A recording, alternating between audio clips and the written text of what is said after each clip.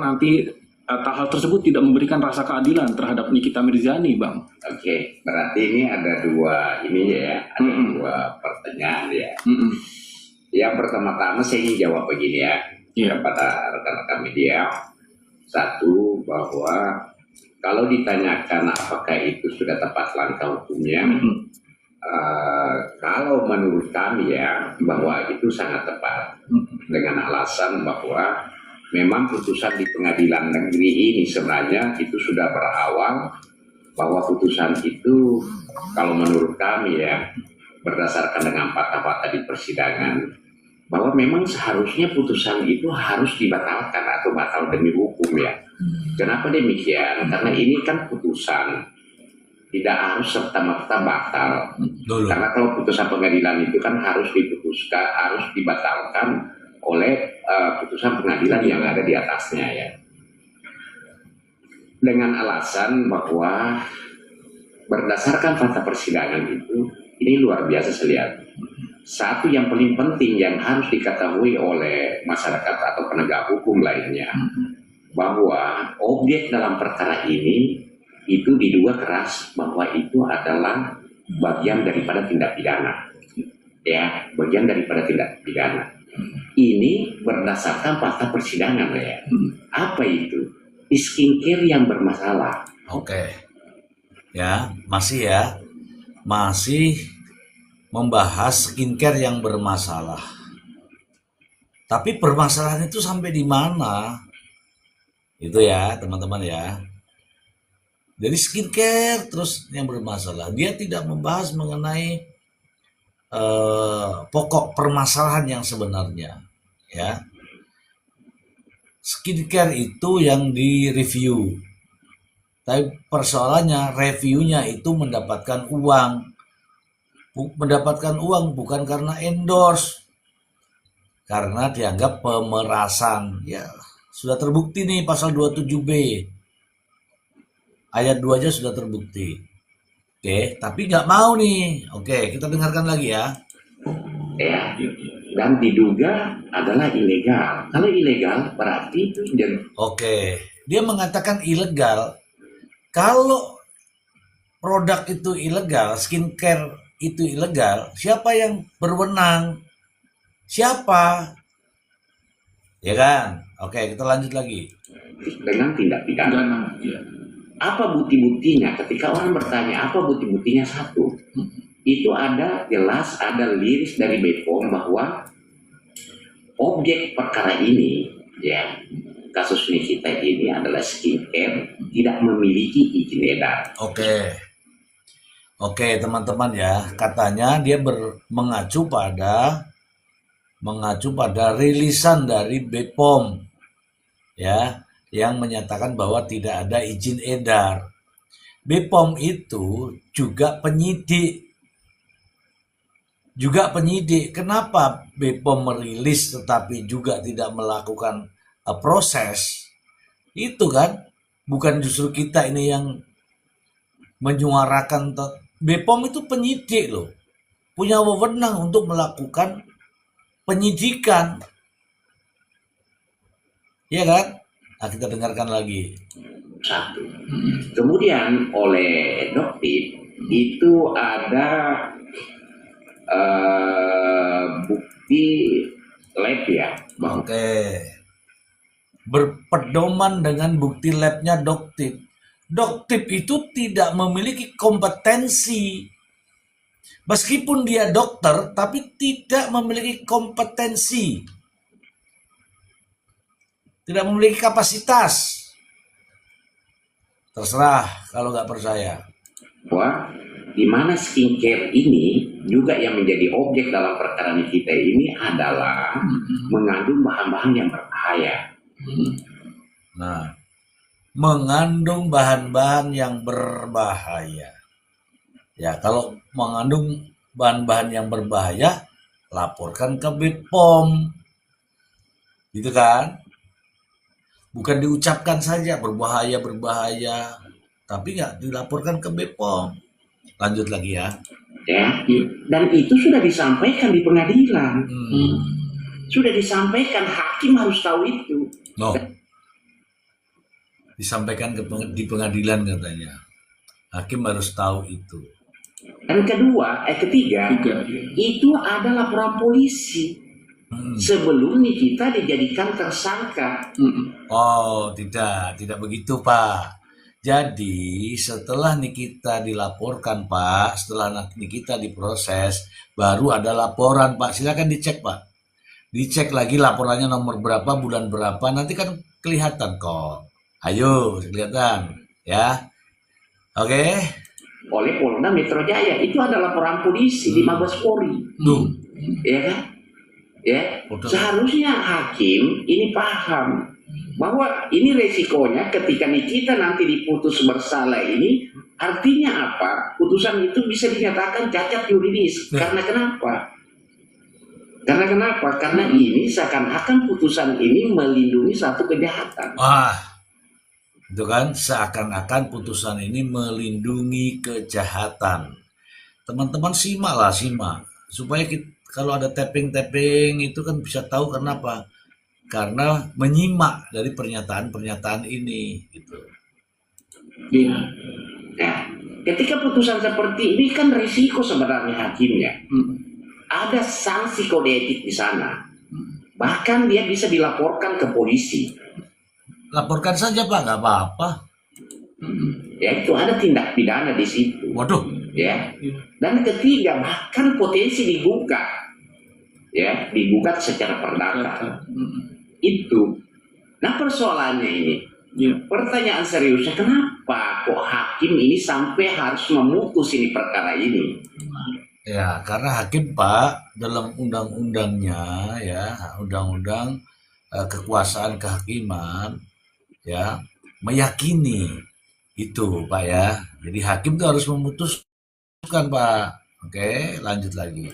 Ya kan? Iya. Bahwa Nikita bersalah sementara objeknya adalah berpotensi bahwa itu adalah tindak pidana atau diduga keras bahwa itu adalah tindak pidana. Gak.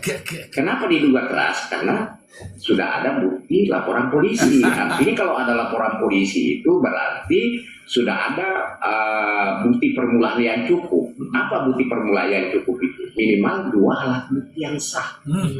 Oke ya? Iya. Nah, kemudian saya tanggapi juga terkait hasil banding ya. Iya, betul. Kami sebenarnya berharap bahwa sebenarnya banding kita itu kemarin itu bahwa ini akan dibatalkan putusan pengadilan negeri ini dengan alasan seperti tadi apa yang saya sampaikan bahwa objek perkara ini adalah suatu tindak pidana. Justru malah di pengadilan tinggi ini malah terbukti DTPU-nya tindak pidana pencucian. Ini tambah lagi lebih aneh. Ada apa? Semua orang bertanya-tanya, bukan hanya saya ya. Di luar sana banyak ahli hukum. Di luar mana, Pak? Di luar mana nih? Di luar mana nih masalahnya ini? Kalau di Komal sini, Pak, tidak, Pak. Banyak profesor, banyak dokter hukum, ya kan? Banyak master hukum di sana ya. Kenapa ini kok bisa terbukti? Iya. Dan putusan sangat lucu sekali. Dan ini kan menjadi lawakan ya bagi mungkin anak-anak yang sedang belajar hukum, bahkan mungkin juga orang awam. Jangan juga jemput anak-anak, Pak. Kita juga paham kok, Pak.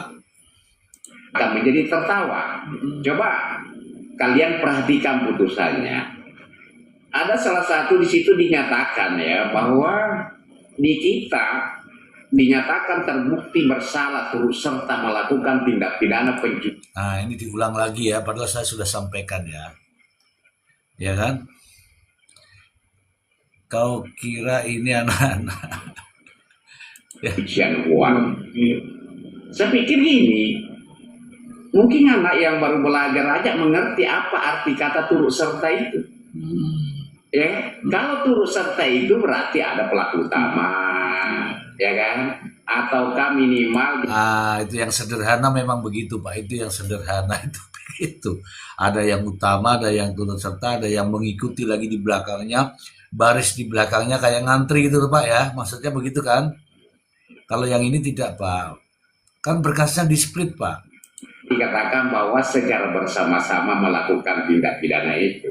Tapi faktanya hanya Nikita saja yang dinyatakan bersalah melakukan satu tindak pidana pencucian uang. Oke, itu benar, Pak. Itu benar. Coba Bapak perhatikan itu. Siapa yang memberikan rekening? Nikita Mirzani. Siapa yang memerintahkan supaya ditransfer ke rekening itu? Nikita Mirzani. Ya, dalam tipologi TBPU, Pak, masuk golongan menyembunyikan ya ini, Pak. Uangnya Reza Gladys, rumahnya rumah Nikita Mirzani. Ditulis di situ Nikita Mirzani. Kenapa bukan dibayar pakai uangnya Nikita Mirzani sendiri, malah minta dibayarkan oleh Reza Gladys? Itu, Pak. Ayo. Tapi terserah Bapak deh, terserah aja lah ya, terserah. Saya nggak ikut-ikut sih, terserah aja. Kan pemahamannya beda ya nggak, Pak ya? Ya, Iya. ya kan? Lucu tidak? Enggak. Ya wajar kalau saya mengatakan apakah hakimnya ini tidak mengerti bahasa Indonesia ataukah pura-pura tidak mengerti. Nah, Itu kan pertanyaan saya. bukan Ya, pertanyaan, Pak. seperti Yang kemarin bilang Bapak apa ini hakim bodoh atau pura-pura bodoh, itu Pak sebenarnya. Bukan begini, kan ada jejak digitalnya itu Bapak bicara kan. itu. Nah, kedua, dikatakan di dalam unsur pasal 3 itu ada, kalau saya tidak salah, ada 7 unsur. Hanya satu unsur saja yang dipakai. Apa itu? Membelanjakan. Loh, memang itu tidak semua, Pak. Membelanjakan, membayarkan, koma itu.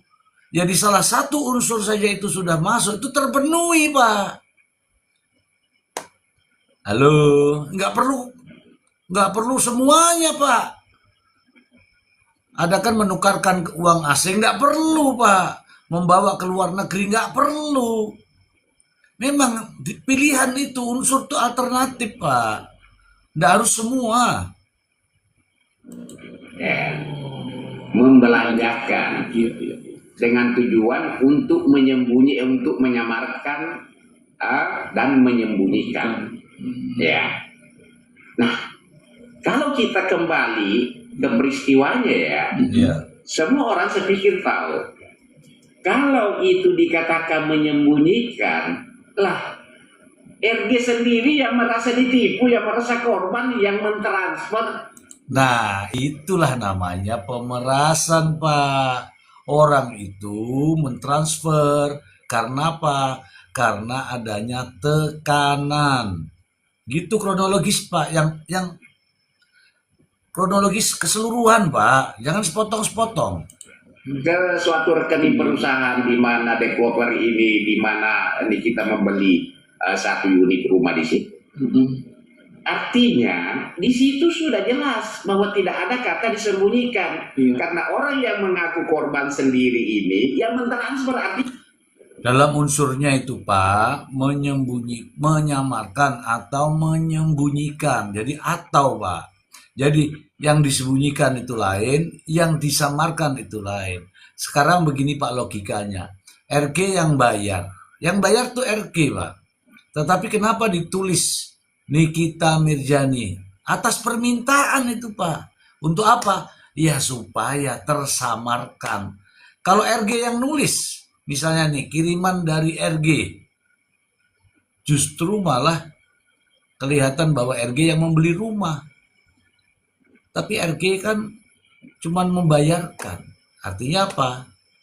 Disitulah menyamarkan. Tapi terserah Bapak, itu semua terserah Bapak. dia tahu dong, Iya. ya kan? Dia tahu dong. Iya, Kalau tahu. dia tahu bahwa uang Kalau tahu bahwa itu ke PT Bumi Paramawi Sesa untuk bayar rumah, itu tidak tahu, Pak.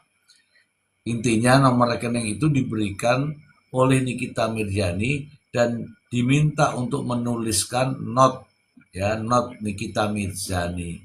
Bukan dari rekeningnya Nikita Mirzani. Kenapa ada notnya Nikita Mirzani, Pak?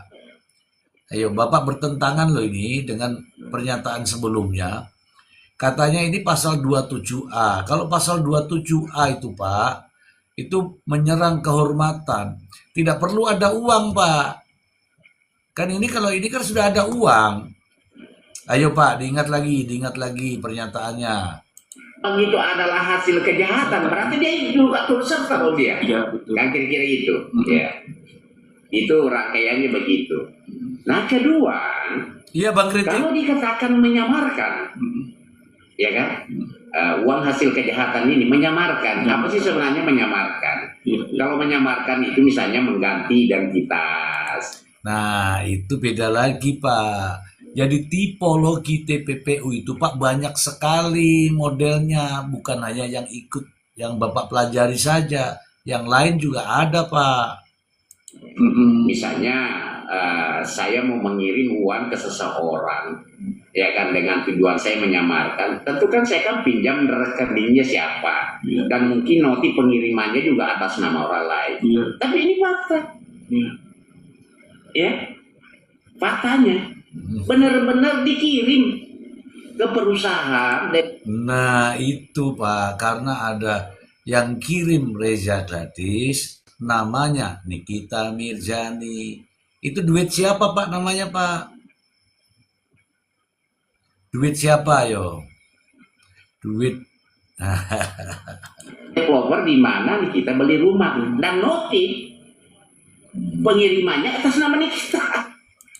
Iya. Ya, Iya, pengirimannya atas nama Nikita. Yang kirim bukan Nikita. Itu masalahnya, Pak. kedua, rumah yang dibeli juga atas nama Nikita. Nah, Betul, rumah yang dibeli itu atas nama Nikita. Yang bayar siapa, Pak? Yang bayar Reza Gladys. Disuruh apa, Pak? Disuruh nulis di situ Nikita Mirzani. Itulah salah satu tipologi TPPU, Pak. sekarang pertanyaannya, di mana letak menyamarkan dan menyembunyikan? Ya, saya pikir kalau orang mungkin bisa emosi kali ya, Iya. kalau melihat perilaku hakim seperti ini. Ini kan kemarin saya menyampaikan apakah hakimnya ini pura-pura bodoh atau bodoh beneran. Ini kan kalimat bertanya. Nah, nggak gitu, Pak, kemarin. Kalau ini kan klarifikasi. Kemarin tuh nggak begitu, Pak. Ada emosi-emosinya, masalahnya di situ. Iya. Sehingga banyak orang marah kepada saya. Iya. Bahwa seakan-akan saya menghina suatu institusi. Enggak. Enggak, Pak. Menurut Bapak enggak. Ya. Tapi ucapan itu, Pak, jangan begitulah. Pakai bahasa yang lebih bagus lagi lah. Republik ini banyak sekali hakim kok. Kita tidak berbicara masalah Loh, maaf, Pak. Ini hakim yang Bapak sebut adalah PN, Jaksel, dan PT. Bukan seluruh Indonesia. jiwa korsa di sini. Kalau kita berbicara jiwa korsa, semua hakim yang ditangkap itu diberi hukuman Nah, ini Bapak cerita lain lagi nih. Ini cerita lain lagi nih. Ya, tidak substansial lagi nih. Beda lagi. serendah-rendahnya. Tapi kalau lihat buktinya, ada 12, ada 10 tahun, ada 11 tahun. Ya, siapa itu? Yang memutus hakim juga kan? Iya. Artinya itu membuktikan bahwa di Republik ini masih banyak hakim yang baik. Iya. Ya, masih banyak sekali hakim yang baik. Masih banyak hakim yang Pancasilais. Ya. Karena kenapa? Kalau hakim itu sudah memahami namanya Pancasilais, itu artinya minimal sila pertama dan sila kedua. Dia harus paham. Apa lagi kok Pancasila lagi? Aduh. Ya. Karena ini kan persoalan pidana ini. Ini pidana ini identik dengan hak asasi, Pak. Iya. Iya. Jangan semudah-mudah menyatakan orang bersalah, kemudian orang itu dihukum, ini luar biasa. Bukan hanya dirinya. Ya. Bahkan keluarganya semua kena. Coba ceritakan, Pak, kira-kira ini uang 4 miliar itu uang apa sih, Pak? Ayo, Pak pengacara, uang apa kira-kira, Pak? Menurut Bapak, uang apa itu? Coba dibahaslah uang apa itu, Pak, yuk. Itu. Kasihan contoh misalnya Nikita. Dia adalah seorang single parent. Ya. Dia memiliki 3 anak. dia adalah tulang punggung. Kemudian kasusnya direkayasa begini. Op. Kok rekayasa, Pak? Mana yang direkayasa, Pak? Yang dimaksud rekayasa itu kalau tidak ada peristiwanya. Ini ada kok, Pak. Jelas. Rekaman juga ada. Mohon maaf, Pak. Jangan mengatakan rekayasa. Salah nanti. Ini kasusnya ada. Tidak mungkin terbukti di pengadilan kalau kasusnya tidak ada. Rekayasa gimana?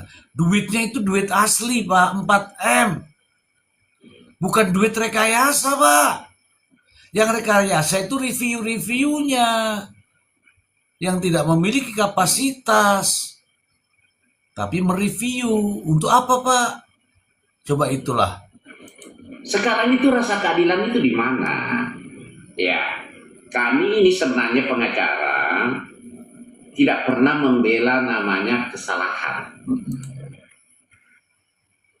Nah itu, yang salah tadi, kenapa dibener-benerin, Pak? Ah, jangan gitu dong, Pak. Itu yang salah itu, Pak, terima uang. Terima uang itu dengan cara membuli dulu. Itu loh, Pak. Yang salah di situ. Bapak tapi nggak mau kalau dibilang membela kesalahan. Tapi kami adalah membela hak-hak klien kami. Oh itu benar, silahkan dibela. Tapi jangan menyalahkan, jangan menghindari fakta. Faktanya ada. Sekarang pertanyaannya uang 4M itu uang apa?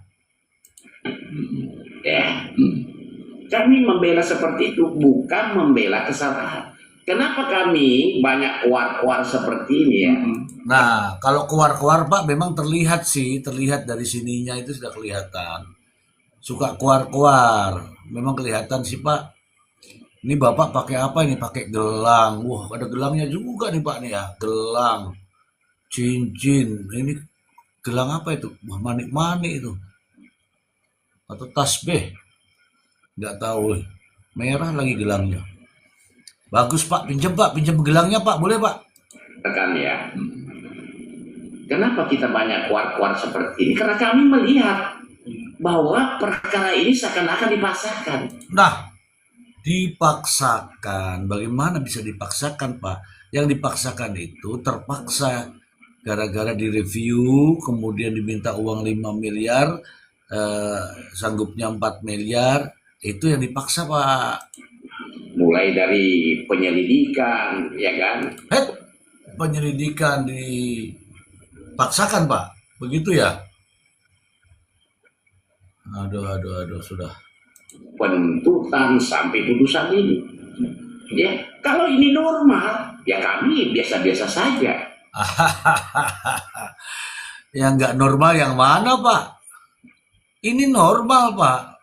Justru hakimnya terlalu baik menurut saya Pak. Karena memang pada dasarnya kami itu tidak membela namanya kesalahan, tapi kami membela hak. Ya lucu dong kalau pengacara itu sudah nyatanya jelas-jelas salah, unsur terpenuhi, unsur pasal terpenuhi, kemudian ditemukan minimal 2 alat bukti yang sah yang menjelaskan bahwa memang itu adalah. Aduh, kok 2 alat bukti atau Pak? Ini semua alat bukti ada Pak. Alat bukti itu ada di pasal 184 KUHP. Semuanya ada. Bukan hanya 2 Pak. Pelakunya. Ya kan, kemudian kita koar-koar. Berarti saya tidak profesional dong. Ya, oh, masalah profesional kelihatan Pak. Ini kelihatan dari sini Pak. Kelihatan sudah. Cuma saya kuliah hukum. Cuma saya belajar hukum. Kalau keadilan itu saya harus pelintir. Nah, Bapak pelintir sendiri. Sekarang yang uang 4M itu apa Pak? Saya bertanya serius ini Pak. Bapak kan selalu mengatakan bahwa pertanyaan seriusnya itu apa sih Pak? Pertanyaan seriusnya. Sekarang saya tanya ini Pak. Uang 4M itu uang apa? Tidak seperti itu. Ya. Jadi kalau teman-teman di luar sana mengatakan ya banyak ini ada yang pro kontra dengan pernyataan kita, itu hal yang biasa ya, tapi saya sangat menyesalkan dan menyedihkan. Jadi yang kalau menyesalkan itu mah bagus, tapi menyedihkan tuh yang saya nggak sependapat, Pak. Kan ada yang mengaku penegak hukum ya, atau minimal praktisi hukum yang menyatakan bahwa apabila Nikita nanti misalnya dia kasasi, maka akan diperberat. Iya Pak, itu memang disampaikan, banyak yang teman-teman juga menyampaikan itu Pak. Karena Pak, kasasi itu banyak contohnya sih Pak, banyak yang diperberat. Kalau diperberat gimana Pak kira-kira Pak? Ini praktisi hukum. Kalau menurut saya ini bukan praktisi, tapi ini adalah dukun. Ya oke, kalau dukun Pak ya, kalau nanti kira-kira diperberat, Bapak mau bilang apa? Bapak mau bilang apa? Sekarang kalau Bapak minta bebas, terus Bapak apa itu? Dukun atau apa? Emang boleh pengacara menjamin bebas? Emang boleh? Ya, kalau menurut saya, Iya. namanya praktisi hukum minimal berikan komentar hukum Anda sesuai dengan fakta apa yang Anda ketahui, itu satu. Dan kedua, boleh Anda berasumsi seperti itu, berpendapat seperti itu, karena itu adalah kebiasaan-kebiasaan. Ada yang kebiasaan di Republik ini. Ketika orang dinyatakan bersalah di pengadilan negeri, maka banding juga akan bersalah, kasasi juga akan bersalah, ya. Kebiasaan-kebiasaan itu dalam bahasa hukumnya Pak trakat. Kalau dalam putusan pengadilan namanya jurisprudensi. Ya di situ Pak ya. Kalau kita sudah belajar hukum pasti tahu itu Pak. Kalau ada jurisprudensinya Pak, dipelajari itu Pak. Ya kan, kalau kebiasaan-kebiasaan itu di masyarakat namanya trakat-trakat itu Pak. Oke Pak, lanjut lagi Pak, monggo. Seperti itu yang wajar saja, tapi minimal berikan pendapat hukum dulu, baru menyampaikan. Nah kita ini berikan juga pendapat hukum Pak. Tapi kalau kita meluruskan dianggap berlawanan, itu persoalannya Pak. Kita memberikan narasi untuk meluruskan. Tapi Bapak nggak terima. Kan Bapak sering ngintip komal-komal saya. Ya nggak Pak? Sampaikan suatu kebiasaan-kebiasaan itu. Nah kebiasaan itulah yang namanya trakat. Tapi kalau putusan jurisprudensi Pak. Ya itu terjadi, mungkin saja hakimnya malas. Hakim itu Pak tugas Pak. Tugas itu ada perintahnya. Nggak ada hakim malas tuh Pak. Bapak jangan bilang juga hakim malas. Kemarin bodoh. Terus apa lagi itu kemarin tuh. Sekarang malas lagi. Aduh. Ya sudahlah. Apa namanya ini, dikuatkan aja lah putusan pengadilan negerinya. Tapi saya yakin Bapak belum baca mungkin putusannya ya Pak ya. Coba dibaca full Pak, nanti baru paham. Saya yakin nampaknya ini Bapak belum baca sehingga begini narasinya. Nah, naik lagi di kasasi, putuskan kuatkan aja putusan itu. Ya. Jadi kasasi itu kan berdasarkan penerapan hukumnya Pak. Kalau banding itu berdasarkan fakta-fakta sehingga hakim mengambil keputusan itu karena terbukti fakta-faktanya Pak. Ini gimana ya Pak ya? Silakan Pak, silakan lanjut. Kedua-duanya misalnya kan, karena mereka sudah tidak malas mungkin ya, entahlah ada. Tuh malas lagi ya, dikira mereka itu maksudnya mereka itu hakim ya teman-teman ya. Saya tidak tahu ini arahnya kemana ini Bapak ini. Mungkin pendapat itu jadi benar kalau Nikita Mirzani dibebaskan Pak ya. Tapi masyarakat juga banyak yang nggak setuju Pak. Apa sehingga malas. Padahal ya kalau di kasasi ini sederhana sebenarnya. Sederhana Pak ya. Oke Pak, kita tunggu apa endingnya nanti Pak ya. Bapak bilang sederhana ya. Oke. Sederhana untuk menilai putusan itu. Ya kan? Di sana tidak lagi memeriksa alat alat bukti, tidak lagi memeriksa fakta-fakta dan lain sebagainya kan. Tapi di sana itu hanya melihat penerapan hukumnya, benar tidak, ya kan, berdasarkan dengan fakta yang tertera di dalam memori kasasi ini, baik itu dari jaksa maupun juga dari penasihat hukum yang disesuaikan dengan putusan sebelumnya. Hanya itu saja. Contoh misalnya, oh ternyata ini putusan ini objeknya ini adalah diduga keras bahwa ini adalah tindak pidana, ya kan? Artinya ada penerapan hukum yang keliru. Nah, kedua, syarat pemidanaan itu tidak terpenuhi.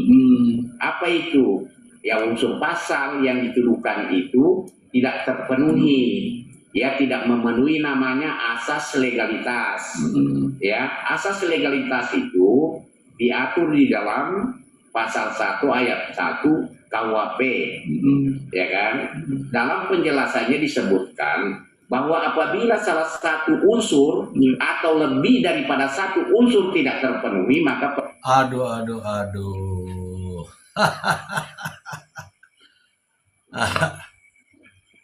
Aduh, no comment aku, Pak.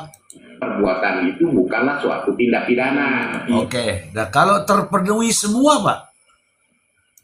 Ya, kira-kira artinya penerapan hukumnya itu keliru. Atau berdasarkan dengan fakta persidangan.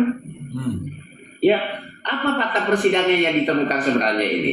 Sehingga kita mengatakan bahwa penerapan pasalnya itu keliru. Di dalam persidangan, RG itu mengakui sendiri bahwa kami tidak ada masalah dengan skincare kami. Tapi kami keberatan ya, karena terdakwa ini membuli saya. Kalian bilang begeng lah, abu-abu lah, macam. Nah, kalau itu berarti salah dong pasalnya. Karena itu adalah, kalau bulian itu berarti itu adalah menyerang kehormatan. Oke. Nah, kalau pasal yang menyerang kehormatan itu adalah pasal 27A ayat 1. Oke, itu benar, Pak. Mengenai pasal 27A ayat 1 itu kalau tidak menerima duit 4 miliar. Itu uang apa, Pak? Silakan dijawab, Pak. Nah, sementara pasal yang dipergunakan untuk memutus ini salah satunya adalah pasal 27 pasal 27B ayat 2. Nah, salah satu unsurnya di situ adalah membuka rahasia. Sementara diketahui bahwa rahasia itu sudah tidak ada di situ karena sebelumnya sudah dibuka oleh Doktim. Ini yang keliru, Pak. Yang keliru itu, tapi saya nggak mau menjelaskan kepada Bapak. Saya hanya bilang itu keliru, Pak. Itu hanya sebagai sarana, Pak. Lanjut lagi, Pak. Monggo. Ada Bang Maksi, Pak. Nanti diketahui sama Bang Maksi loh, Pak. Baik, Master G, Assalamualaikum warahmatullahi wabarakatuh. Salam, Bang Mister. Bang Maksi. Bang Andi, Assalamualaikum juga, apa kabar? Ya, ayo ini saya lagi bercakap-cakap dengan Bang Andi, Bang Maksi. Ini bagus, Master Z. Artinya para orang-orang hukum kan, terutama Bang Andi, saya pikir sudah cukup mumpuni lah. Kesempatan kita memberikan edukasi nih, Master G. Ya. Tapi satu ya, izin Mbak Master G, saya mau tanggapi sedikit sama Bang Andi. Ya. Saya tidak mau masuk ke TPPU lah. Kita masuk dulu ke statement-statement abang-abang kita. Saya sangat menghargai pendapat Bang Andi dan teman-teman. Kebetulan Gali itu temanku. Gali itu kawanku. Juniorku lah dulu. Sekarang udah jadi senior. Karena udah pegang artis dia. Udah pegang artis, Mr. Ji. Udah pegang artis. Saya hargai. Karena udah pegang artis besar, jadi saya anggap jadi senior. Dulu junior, sekarang jadi senior. Nah, Bang Andi, gini Bang. Kita sama-sama paham bahwa dasar hukum kita menjalankan tugas profesi adalah Undang-Undang Advokat, kemudian Kode Etik Advokat, lalu KUHP, dan lain sebagainya.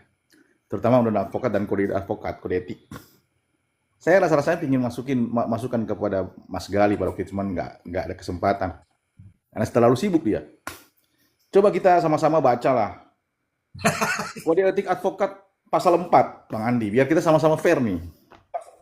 Kode etik advokat pasal 4 di poin 3. Pasal 4 Ya. ayat 3. Mungkin Mr. Ji bisa baca. Ini kita bicara dasar dulu. Oke. Kecuali netizen mereka bebas mengeluarkan pendapat ya. Artinya kadang sembarangan. Kalau kita sebagai advokat memang bebas, tetapi kan ada kode etik. Bab 3 pasal 4 ayat 3. Mungkin Langsung Bang Maksi, langsung. Misteri bisa bacakan deh. Pasal 4 ayat 3, kode etik advokat. Isinya apa? Ini kalau saya bacakan ini gambarnya hilang. Kalau hilang saya repot nanti. Saya bacakan deh Mr. Ji biar sama-sama. Ya, Saya ya. mungkin bisa buka juga Bang Andi. Dalam kode etik advokat pasal 4 ayat 3 menyatakan dengan tegas, advokat tidak dibenarkan menjamin kepada kliennya bahwa perkara yang ditanganinya akan menang atau bebas. Ya, ini masukan saja, terserah. Kalau Bang Andi punya pendapat, saya bilang saya hargai. Tapi jelas ada dasar hukumnya kita kan, ada kode etik advokat yang dengan tegas menyatakan di situ bahwa kita tidak boleh menjanjikan sama sekali untuk memenangkan perkara atau bebas. Tapi kalau bertarung mati-matian, yes. Membela hukum, iya. Sama-sama kita selalu melakukan itu. Kita keras kepala dalam hal membela klien, yes itu. Tetapi ada batas ketika kita berstatement. Ada kode etik advokat di pasal 4 ayat 3. Mungkin Bang Andi bisa tanggapi lah, biar pelan-pelan dulu. Monggo, silakan. Oke. Silakan Bang Andi. Ya, kalau sudah tidak ada rahasia di situ berarti unsur pasal itu tidak terpenuhi dong. Betul. Satu ya. Nah, tidak terpenuhi. Nah, kemudian untuk dikatakan bahwa untuk mentradisikan dan lain sebagainya atau menyiarkan itu kan sudah diatur di dalam Undang-Undang Dasar 1945 bahwa sesuatu hal yang baik itu wajib memang untuk disampaikan. Dan kedua, masyarakat juga punya hak pengawasan terhadap produk yang bermasalah itu. Artinya boleh dong disampaikan kepada orang lain sesuai dengan undang-undang tentang tentang kesehatan itu atau undang-undang perlindungan konsumen kan seperti itu.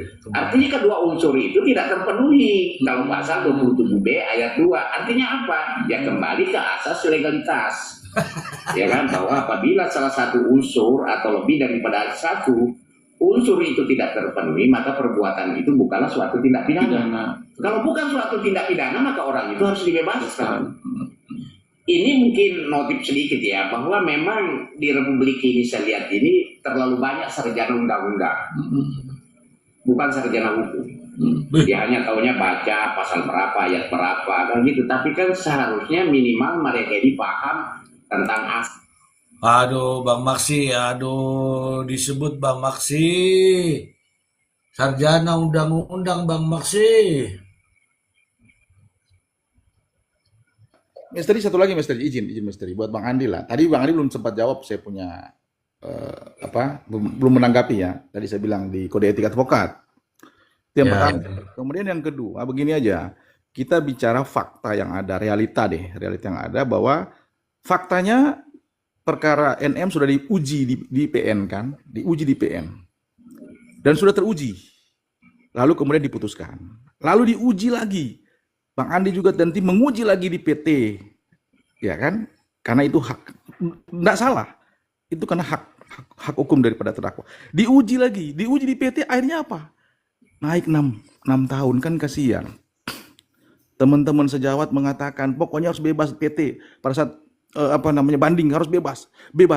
Sudah melanggar kode etik advokat, kan sangat sayangkan. Memang hak setiap teman-teman lawyer bicara soal itu. Tapi kan ada dasarnya loh, ada batasan kita. Kita bukan netizen. Kalau netizen bilang bebas wajar. Fans bilang bebas wajar bagi saya karena mereka fans. Iya. Atau katakanlah ada advokat yang tidak menangani perkara NM menyatakan itu oke saja. Tapi ini Bang Andi dan teman-teman, Mas Gali dan teman-teman lagi menangani perkara ini sebagai kuasa hukumnya. Lalu kemudian ditabrak ini kode etik. Advokat. Akhirnya apa?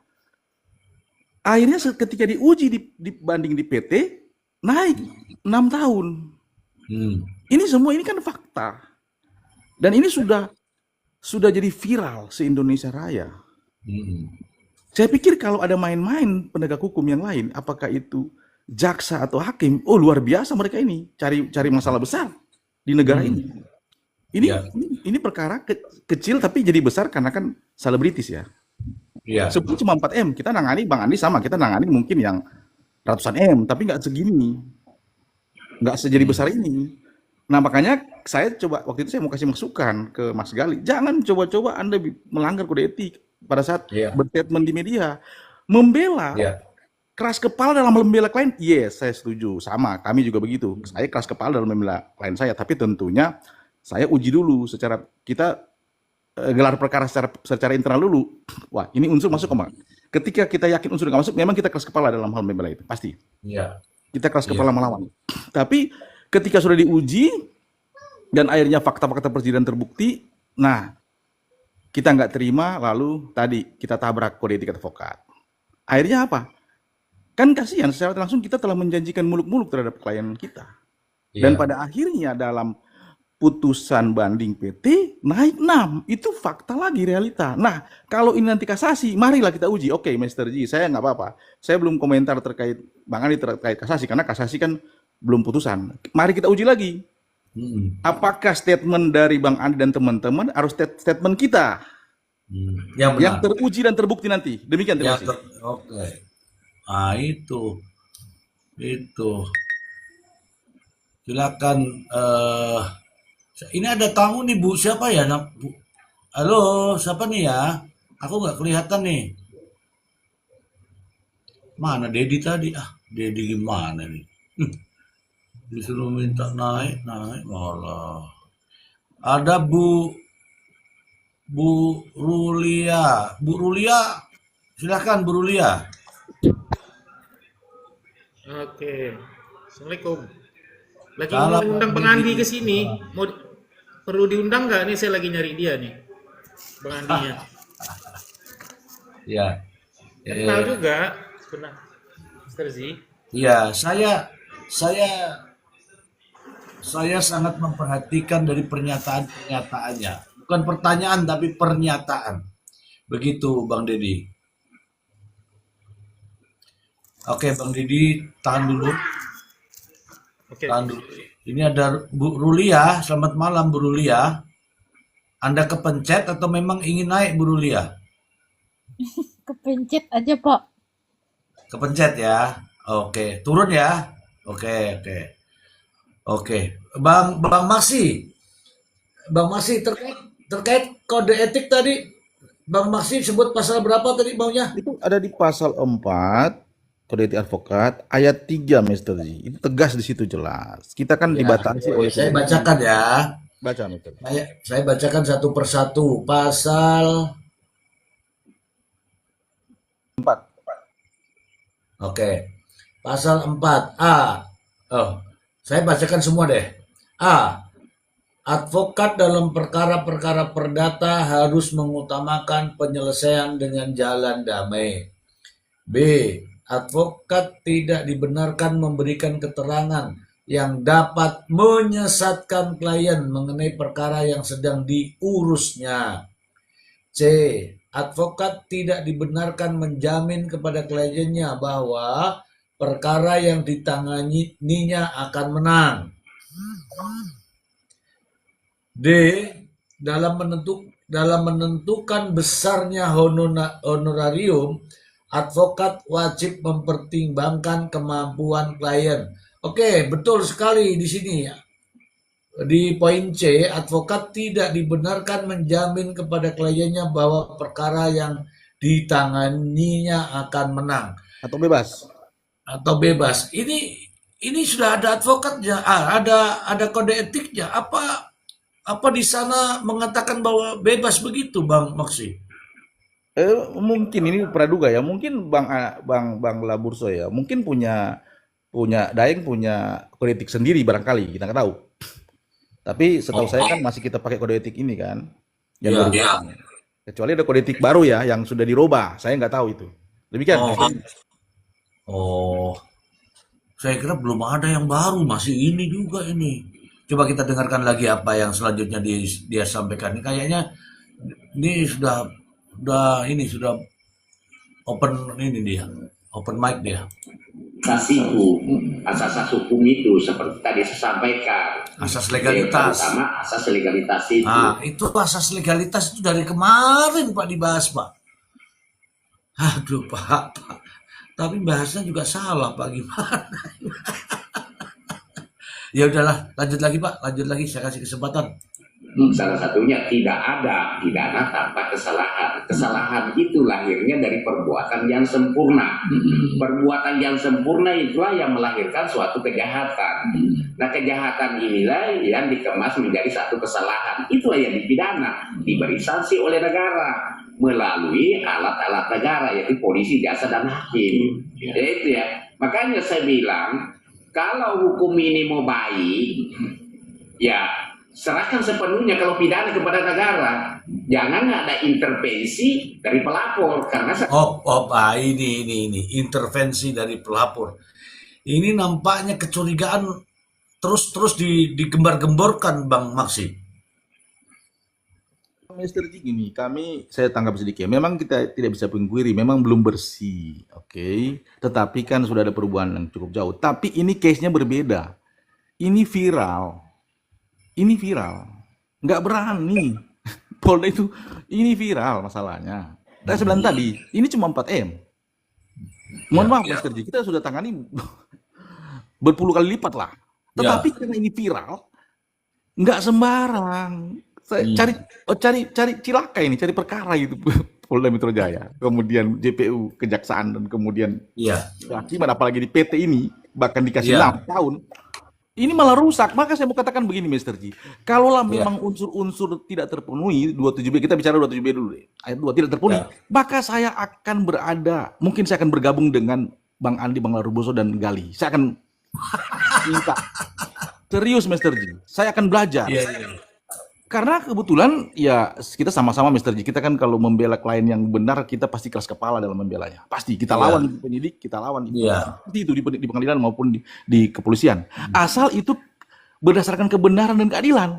Tapi kalau cuma berdasarkan ada suka tidak suka, like and dislike, atau karena ingin menyenangkan klien kita, maka cilaka kita Mr. G. Serius, memang ada klien, jujur aja, ada klien ketika dia ini fakta Mr. Ketika dia bisa bayar mahal ke kita, memang dia pasti minta bagaimana caranya untuk dia memenangkan perkara dia. Kadang kita terbawa juga, ini oknumnya terbawa. Iya Pak, pokoknya kami akan memenangkan perkara, kami akan membebaskan Bapak.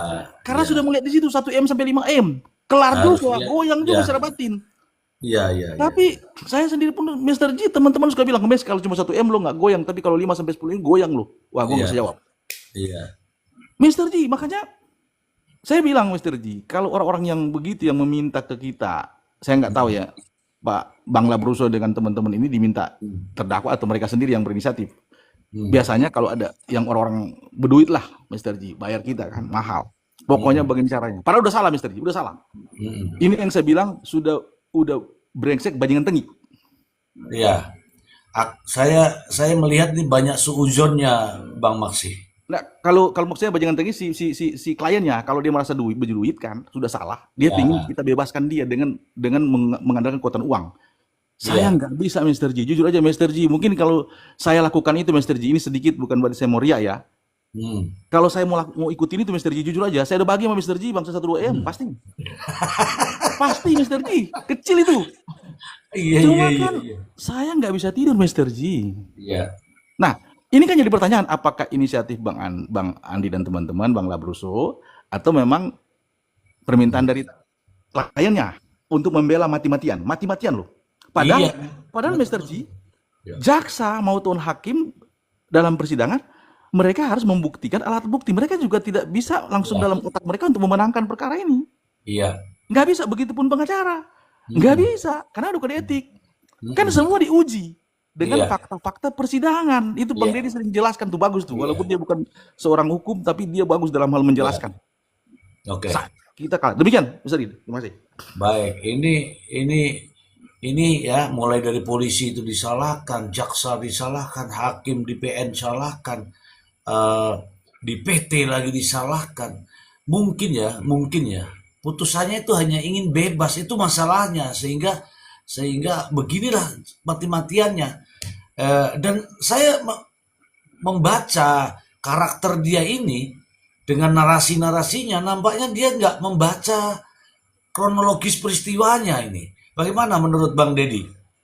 Mas Terji, ini dikit lagi. Bang Deddy, sedikit ya. Sebelum Ya, saya ya, turun, ya. Mas Terji. Mas Terji begini, memang ini pola yang dimainkan oleh Bang Andi, pola pikir lama. Memang oke lah, memang ini adalah cara-cara yang lama, metode lama. Is oke, kita nggak pungkiri memang APH seperti itu.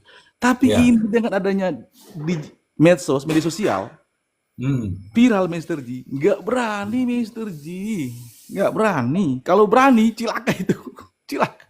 Iya, namanya bunuh Kalau diri dulu, kan. ini pola dulu oke, metode yang dulu, ya kita nggak pungkiri. Tapi itu kan statement Bang Labruso itu bagusnya di era lama, eranya di Peggy Setiawan 2016. Tapi era sekarang ini nggak Iya. berani Mr. G. Makanya Nggak saya bilang kan, apalagi sudah ada bukti elektronik. Ketika diuji di digital forensik, maka dia menjadi scientific evidence dan dia menjadi alat bukti paling utama. Iya, Dia bisa kalahkan 184 itu Mr. G, yang 5 alat bukti. iya. Karena ada Undang-Undang ITE kan, 27B Ya. ayat 2. Kira-kira begitu, Mr. G. Demikian saya turun dulu Mr. G ya. Terima kasih. Oke, Bikin. oke Bang Maksi. Terima kasih Bang Labruso. Terima kasih Bang Deddy. Mbak Sela, terima kasih. Oke, Bang Maksi, terima kasih. Ya, selamat Oke, sore. lanjut Assalamualaikum. ke Bang Deddy langsung saja, silakan. Ya, jadi sebenarnya keheranan Mr. G sama Bang Maksi tadi itu, kalau saya sih tahu, saya sudah mengetahui jawabannya. Kalau pertama, kalau soal Nikita Mirzani itu kenapa begitu? Itu sudah ada statement dari lawyer Nikita Mirzani yang dokter itu, yang baru dokter itu, udah ada di media. Dia bilang begini, Nikita Mirzani sampai saat ini, sampai hari ini merasa masih meyakini dirinya benar katanya, merasa dirinya benar, makanya mereka tuh banding. Nah, makanya itu sudah ada statement itu, Mr. Z. Makanya mereka tuh ibaratnya yang melakukan itu banding gitu, karena kliennya merasa dirinya masih benar sampai hari ini. Nah, dari situ kita bisa analisa. Udah pernah saya sampaikan di Komal kemarin, Komal siapa gitu. Di situ saya menganalisa berarti PH Nikita Mirzani ini melayani keinginan Nikita Mirzani. Dia tidak bertugas untuk memberikan pandangan hukum, tapi sebaliknya dia melayani apa yang diinginkan Nikita Mirzani. Nikita merasa dirinya benar, oke, mereka perjuangkan begitu. Jadi nggak ada seperti fungsi penasihat hukumnya itu nggak ada di situ. Itu kenapa bisa saya ngomong begitu ya, karena dia ngomong sendiri, Nikita Mirzani sampai hari ini merasa benar, makanya kami melakukan banding. Nah, di situ kita terjemahkanlah tuh maknanya. Berarti dia sebagai penasihat kok dia ngikutin Nikita Mirzani. Harusnya kan pendapat dia yang disampaikan ke Nikita Mirzani. Nikita Mirzani baru ngikutin dia. Iya. Nah, harusnya bahasanya gini, kami sebagai penasihat hukum telah memberikan nasihat hukum kepada klien kami sehingga ini perlu dilakukan, ini perlu dilakukan. Nah, itu kan gitu baru benar. Bukan dia mengikuti kemauan Nikita Mirzani yang ingin bebas, salah dia satu. Kedua, soal labu rasa. Labu rasa ini saya tahu persis. Mr. Zidia ini waktu dia nantang netizen di Komal sebelah 30 juta bagi siapa bisa membuktikan Nikita Mirzani itu bersalah. Di situ saya langsung naik, di situ saya kenal dia pertama kali. Di situ saya cecar dia.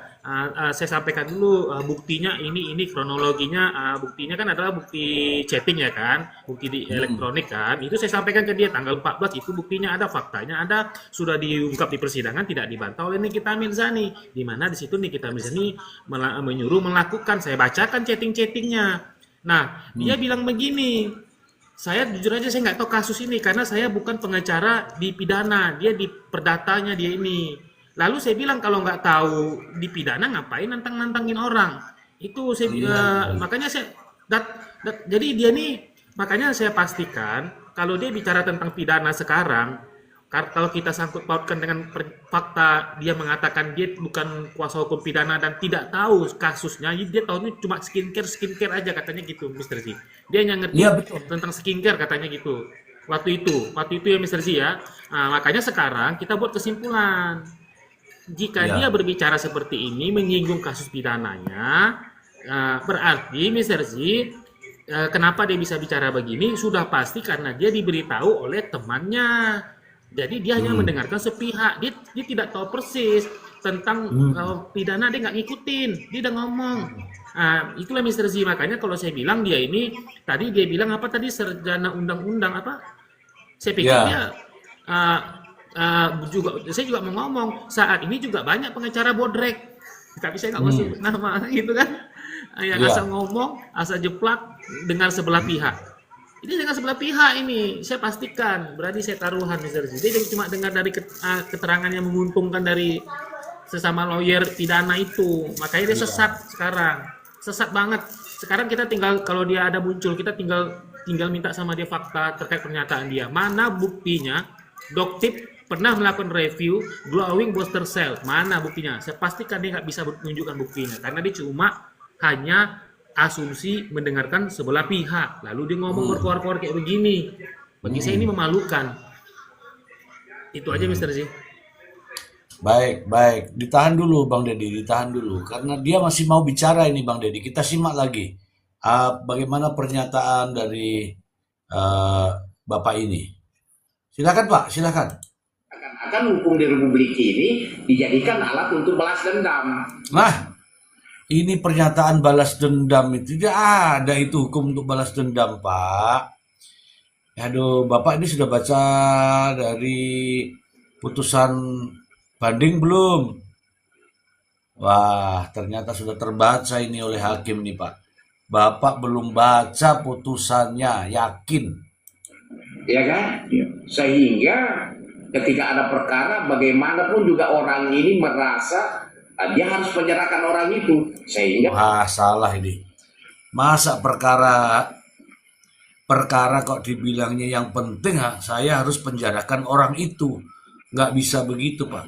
Belajar dulu dari fakta-faktanya seperti apa, nanti dianalisa, barulah muncul keyakinan. Bukan tiba-tiba Pak. Bukan karena balas dendam. Aduh. Emang dia siapa? Sebentar lagi ya. Satu pernyataan lagi nanti Bang Deddy nanti simak baik-baik. dia melakukan melakukan menyogok lah dan lain sebagainya. Tapi kalau misalnya memang negara ini benar-benar mau hukum itu atau pidana ini mau ditegakkan, karena itu kan kewenangan negara untuk memberikan sanksi, itu pidana. Dia beda kalau perdata, ada hak privat menjadi sengketa di situ diselesaikan oleh para pihak. Ya kalau enggak selesai tentu melalui pengadilan. Nah kalau pidana ini adalah adanya di situ unsur kejahatan ya, ada perbuatan, ada kejahatan di situ yang memang sudah diatur dalam undang-undang. Nanti pada akhirnya yang memberi sanksi itu adalah negara. Ya kan seperti itulah. Ya, jangan sampai hukum di Republik ini dijadikan alat untuk balas dendam. Misalnya contoh, misalnya RG sakit hati nih, dendam sama di kita, segala cara dia lakukan supaya di kita ini dipenjara. Oh, enggak begitu Pak kalau balas dendam. Itu normatif ketika ada perbuatan dilaporkan kepada yang berwajib. Kalau balas dendam, datangi rumahnya nih kita, bawa golok, itu balas dendam Pak. Aduh, enggak tahu nih pikirannya Bapak ini. Ya, diserahkan kepada kepolisian untuk diproses.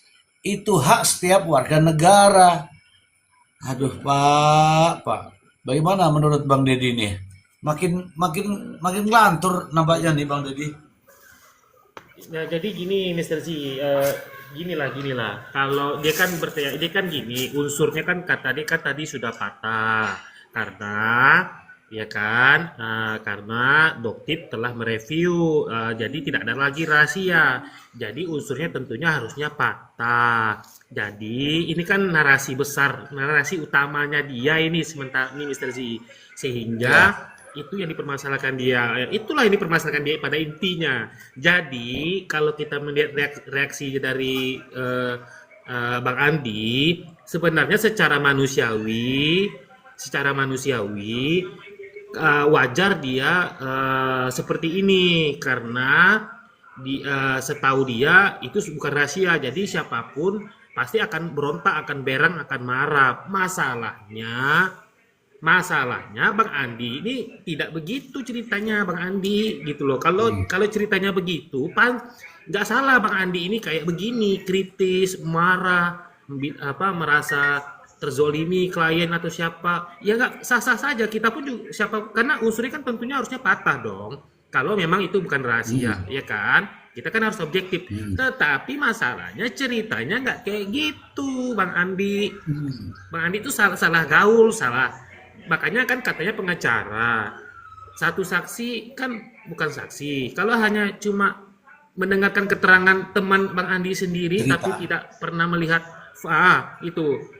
iya betul, orang yang berkepentingan yang tidak objektif, ya nggak bisa lah Bang Andi. Apa kan harus cari lagi, nonton sidang untuk menyesuaikan keterangan dari teman Bang Andi dengan fakta persidangan. Itu baru cerdas. Biar gak jadi pengacara bodrek. Jadi jangan buru-buru bilang banyak pengacara undang-undang.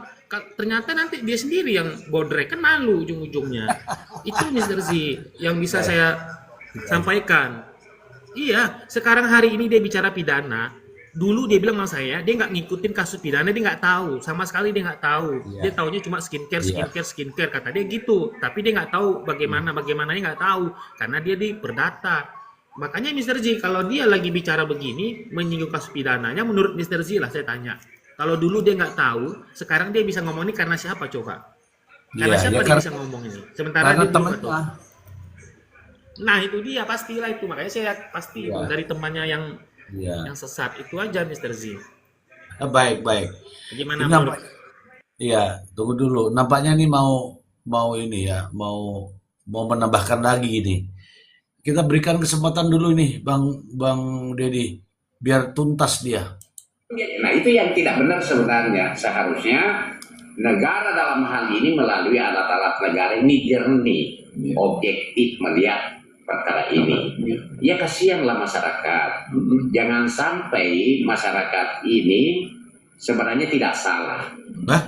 Tapi kasusnya direkayasa, kasusnya dipesan, kasusnya ditukar kepala. Nah, ini menyesatkan sekali nih Bang Dedi. Ada kasus dipesan, kasus ditukar kepala. Gimana menurut Bang Dedi nih? Aduh, kacau ini. Aduh, maaf Pak, saya tidak sependapat dengan kalimat Anda. Jadi kita lihat endingnya nanti Pak. Bahaya ini Pak. Dan lain sebagainya. Sehingga banyak orang di balik jeruji besi itu sebenarnya orang-orang yang tidak bersalah. Aduh, jadi semua yang di penjara itu orang tidak bersalah gitu maksudnya? Gara-gara bela Nikita Mirzani jadi kemana-mana Pak? Gawat ini. Ya, saya yakin ini keyakinan saya karena dalam perjalanan hukum ini saya amati ya selaku praktisi hukum dan juga ada beberapa kasus yang saya tangani, saya melihat bahwa ada kemungkinan 50% orang yang di balik jeruji besi itu sebenarnya tidak bersalah. Oke. Ini sudah menyebut angka 50%. Kalau ada 1000 itu berarti 500 itu orang tidak bersalah. Gila bener, data dari mana ini? Sudah mulai ngawur. Aduh. Nggak tahu nih Pak. Saya kayaknya ini tinggal sedikit lagi kita tuntaskan ya Pak ya. Kita tuntaskan. Bapak mau ngomong apa terserah deh. Kita lihat saja endingnya seperti apa. Tapi itu tadi, karena tanda kutip bahwa hukum pidana ini dijadikan alat sebagai balas dendam. Aduh, ini pemahaman yang entahlah, aku tak tahu. Ya itu ya. Jadi itu mungkin penjelasan saya terkait masalah kasasinya Nikita ini. Saya mau simpulkan bahwa apa penjelasan saya tadi itu ya, bahwa itulah menjadi dasar nih kita melakukan upaya kasasi, ya itu. Karena memang bahwa ada beberapa penerapan hukum yang keliru. Dan kalau menurut saya bahwa penerapan hukum itu ini fatal menurut saya dan memang harus dibatalkan di pengadilan yang lebih tinggi kedua putusan ini karena itu objeknya adalah diduga keras bahwa itu adalah skincare. Masih skincare. Ada Pak, gunakan terus itu Pak sampai di pengadilan manapun Pak. Pokoknya skincare terus ya Pak ya. Oke Pak, skincare pokoknya deh. Yang bermasalah atau identik sebagai tindak pidana, ya. Dan kedua, kalau pertanyaan terakhir itu tadi, ya kembali lagi. Saya ingin mengatakan begini, kalau hakimnya ini benar-benar Pancasilais, maka perkara ini akan dibebaskan. Tapi kalau tidak, ada. Wah, nih deh, kalau Pancasilais itu dibebaskan. Kalau tidak,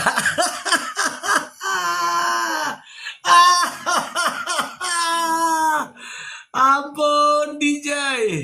Kemungkinan seperti kebiasaan-kebiasaan yang saya sampaikan tadi, bahwa ketika dinyatakan bersalah di pengadilan negeri, di pengadilan tinggi juga dinyatakan bersalah, akan tetap bersalah di Mahkamah Agung dalam hal kasasi. Tapi itu kebiasaan.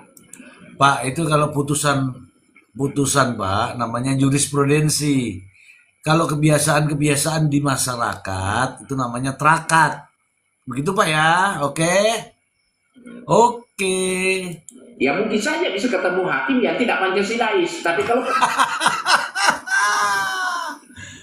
Aduh, Bapak Pancasilais Pak ya? ketemu hakim yang Pancasilais, ya banyak juga sudah dinyatakan bersalah di pengadilan negeri, di PT bersalah, maka dikasasi bebas. Mana Pak, siapa yang dikasasi bebas Pak? Coba, tolong Pak, sebut satu dulu Pak, biar enak kita ini. Ya ada beberapa kasus juga kami tangani. Iya. Ada yang pernah bersalah di PT, di PN, di PT juga bersalah, dikasasi bebas. Itu. Wah, hebat itu Pak. Aku mau yang kayak gitu Pak.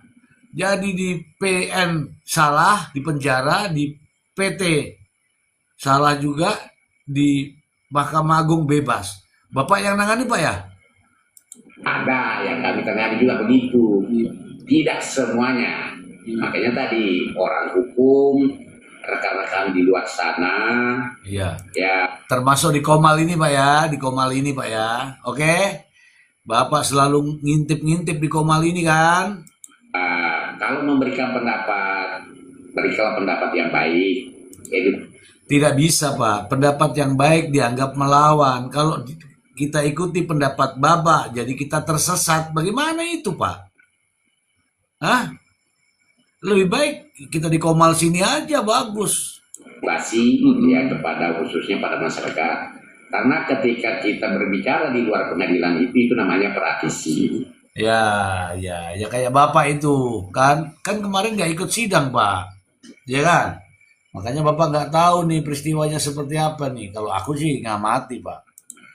Kalau kita berbicara di dalam pengadilan itu namanya melakukan pembelaan ya sesuai dengan hukum acara maupun juga hukum materi itu.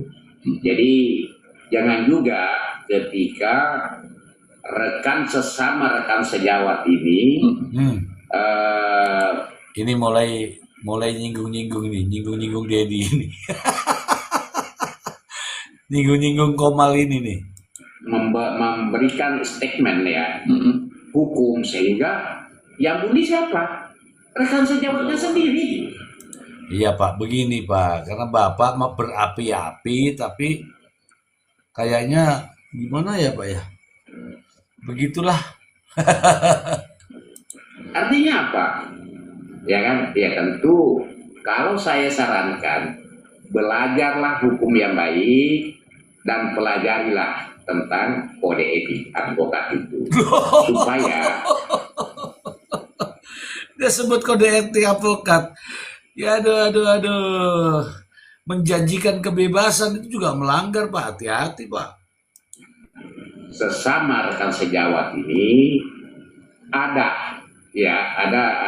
hubungan yang baik, ya, bahwa ketika ada rekan sejawat kita bagaimana, ya mungkin sebaiknya kita bicarakan. Apa harus diiyakan, Pak? Ya kita harus luruskan sesuai dengan narasi kita lah, Pak.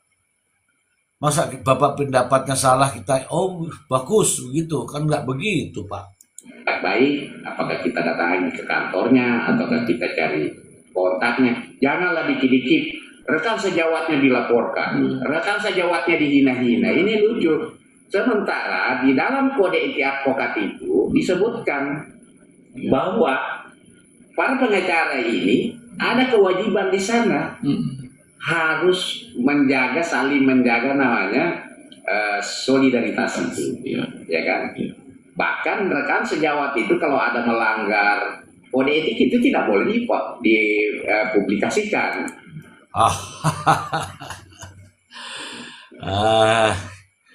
Bapak sendiri yang publikasikan, udah itu masalahnya di situ. Ngomong terus di media, masalahnya di situ, Pak. Itu yang publikasikan siapa? Ya itu kode etiknya begitu. Tapi apa yang kita lihat? Dia lagi dipertemukan mungkin dari salah satu media. Dia bisa ribut, bertengkar, saling maki, besoknya lapor polisi, ya kan lucu ya. Nah itu. Jadi ini nyinggung Sunan ini. Ya Pak ya? Yang Sunan Kalijaga itu ya? Oh iya.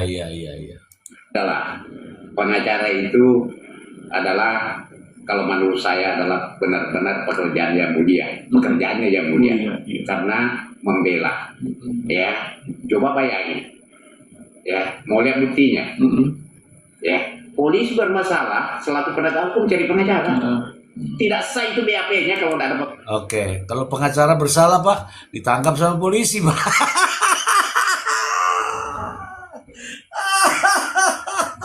Sudah banyak juga, Pak. Sudah banyak juga. Janganlah pakai contoh-contoh itu, Pak, nggak bagus. Pengacaranya kalau ancamannya di atas 5 tahun. Ya, jaksa bermasalah cari pengacara. Iya, kalau pengacara yang bermasalah ditangkap polisi itu. Ya, hakim bermasalah cari pengacara. Itu fakta. Karena begitu. Kenapa? Karena diatur dalam hukum formil itu. Ya, jadi oleh karena itu sesama penegak hukum ini janganlah saling membuli, saling mencari-cari kesalahan, karena kita semuanya tujuannya adalah menegakkan hukum. Ya. Bukan, Pak. Kalau saya lihat sih, Bapak membela mati-matian ke kita. Itu masalahnya di situ, Pak. Kalau menegakkan hukum, ya kita hormati sih. Tapi kalau Nikita tidak bersalah, yang bersalah itu Reza Gladys, itu gimana itu, Pak? Dan menegakkan hukum agar tercapainya namanya keadilan itu. Oke, Bang Deddy sudah dengar semuanya, Bang Deddy. Ini silakan Bang Deddy, aku pusing Bang Deddy, tidak tahu kenapa jadi sakit kepala aku, Bang Deddy. Mister Z, sakit kepala kita dengar abang ini. Kemarin aja ya, kami terakhir ketemu di Komal tuh kami debat soal pasal pengancaman. Dia kan bilang pasal itu pasal 27B 369 pasal apa? Kami tanya kan. Dia bilang pasal pencemaran. Dia ngikutin Bang Fahmi. Nah, langsung kita cecar lah dia. Bahwa itu adalah pasal pemerasan. Jadi dia nggak tahu, ternyata dia nggak tahu pasal itu, dia minta dibacakan karena dia bilang nggak semua pengacara tahu pasal. Oke lah katanya, ya udah kita bacakan pasalnya kan. Nah di situ adalah kita masuklah ke unsur ancaman pencemaran nama atau membuka rahasia, lalu di unsur berikutnya adalah memaksa meminta uang. Nah, unsur memaksa minta uangnya itu kan ada tuh di situ kan. Nah, di situ kita kasih tahu dia di sini ada unsur memaksa meminta barang sebagian atau seluruhnya. Nah, ini kan makna dari pemerasan sampai kami membahas arti pemerasan apa sih? Sampai kami bahas ke sana untuk kita tunjukkan ke dia, buktikan kepada dia bahwa itu bukan pasal pencemaran. tapi adalah pasal pemerasan. Sampai begitu kita debat. Barulah terakhir dia sebenarnya sudah tahu, cuma dia keburu dia menutupi kelemahannya dengan cara mengatakan ya tapi itu kan pendapat saya, kan itu kan pendapat hukum saya. Ya sudahlah kalau ngomong yang gitu. Intinya dia sudah kejebak dengan waktu kita sebutkan tentang unsur itu memaksa meminta barang di situ, Mr. G.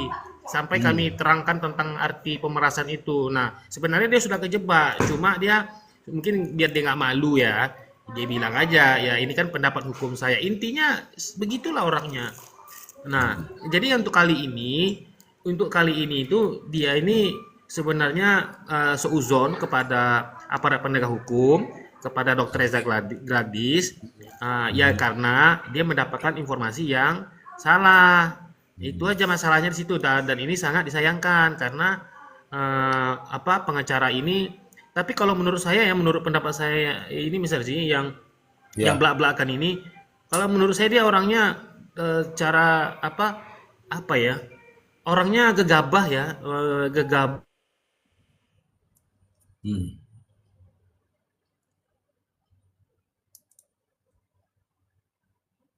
Mati. Dia seorang pengacara yang harusnya bekerja berdasarkan bukti. Dia hanya dalam hal ini dia hanya mendengarkan pemaparan dari satu pihak. Itu di situ dia saya lihat gegabahnya, dan dia tidak termasuk nggak mengedukasi lah gitu. Itu saya lihat karena sekali lagi memang faktanya dia itu nggak tahu masalah itu. Nah sekarang dia bicara masalah ini ya sudah pastilah karena keterangan dari teman-temannya, dan itu sangat disayangkan karena dia lawyer. Kalau dia netizen kayak kami, kayak di Komal-Komal, dia ini nggak ada lebih bagus dia udah sama kayak netizen Komal yang asal bunyi aja. Iya. Udah sama dia sama aja, udah ngomongnya suka-suka hati aja gitu, nggak bicara fakta, hanya bisa bicara asumsi, kata si A, kata si B gitu doh. Udah sama aja tuh kalau menurut saya dia. Nggak inilah. Memalukan lah ya. Masa Mr. Z dia bilang, siapa yang bisa membuktikan nih kita Mirzani bersalah, saya kasih 30 juta, datang ke kantor saya. Ya naiklah aku ke Komal itu untuk membuktikan. Iya. Naiklah buktinya. Terakhirnya dia bilang apa? Ya saya kan nggak tahu kasusnya itu, masalahnya saya nggak tahu. Digituin aja. Loh, nggak tahu kok nantang-nantang orang. Iya, ya saya bingungnya di situ. Kalau nggak tahu ngapain nantang-nantang? Kenapa sih bilang dia nggak tahu? Waktu saya ceritakan bukti digital forensik chatting Nikita Mirzani itu saya bacakan di situ kan. Saya bacakan jam-jamnya, time-lainnya saya bacakan. Nah, saya bacakan ini kan sudah ada buktinya, apalagi saya bilang. Nggak ada juga dia mau apa? Bantah-bantah. Ya malas lah itu. Iya, nggak diam aja dia. Ngaku dia nggak tahu kasus itu, ngaku dia. Dia nggak tahu kasus itu. Karena dia lawyer perdata katanya, saya bukan lawyer pidana.